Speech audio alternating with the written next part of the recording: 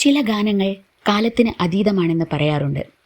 ഇറങ്ങി വർഷങ്ങൾക്ക് ശേഷമാവും അതിൻ്റെ യഥാർത്ഥ മൂല്യം ആസ്വാദകർ മനസ്സിലാക്കുക. പറഞ്ഞു വരുന്നത് ഒരു മലയാള ഗാനത്തെക്കുറിച്ചാണ്. 2009 പുറത്തിറങ്ങിയ മൈ ബിഗ് ഫാദർ എന്ന ചിത്രത്തിലെ ഒരു ഗാനം യൂട്യൂബിൽ 50 മില്യണിലേറെ കാഴ്ചക്കാരെയും സ്വന്തമാക്കി കുതിപ്പ് തുടരുകയാണ്.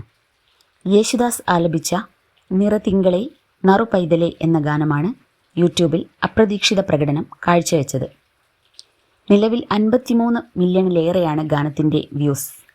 വയലാർ ശരത്ചന്ദ്രവർമ്മ എഴുതിയ ഗാനം അലക്സ് പോൾ ആണ് ഈണമിട്ടത്. ഗിന്നസ് പക്രുവും ഇന്നസെൻറ്റുമാണ് ഗാനരംഗത്തിലുള്ളത്. ഉയരക്കുറവുള്ള അച്ഛൻ്റെയും ഉയരമുള്ള മകൻ്റെയും ആത്മബന്ധത്തിൻ്റെ കഥയാണ് മഹേഷ് പി ശ്രീനിവാസൻ സംവിധാനം ചെയ്ത മൈ ബിഗ് ഫാദർ എന്ന സിനിമ പറഞ്ഞത്.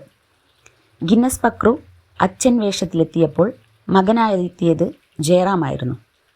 അച്ഛന് മകനോടുള്ള വാത്സല്യമാണ് ഗാനത്തിൽ ചിത്രീകരിച്ചിരിക്കുന്നത്. ഇപ്പോഴിതാ ആ ഗാനം ഏറെ ഹിറ്റായിരിക്കുന്നു. വിദേശികളാണ് ഈ ഗാനം ഇത്രയേറെ ഹിറ്റാക്കിയതെന്നതാണ് ഏറെ ശ്രദ്ധേയം.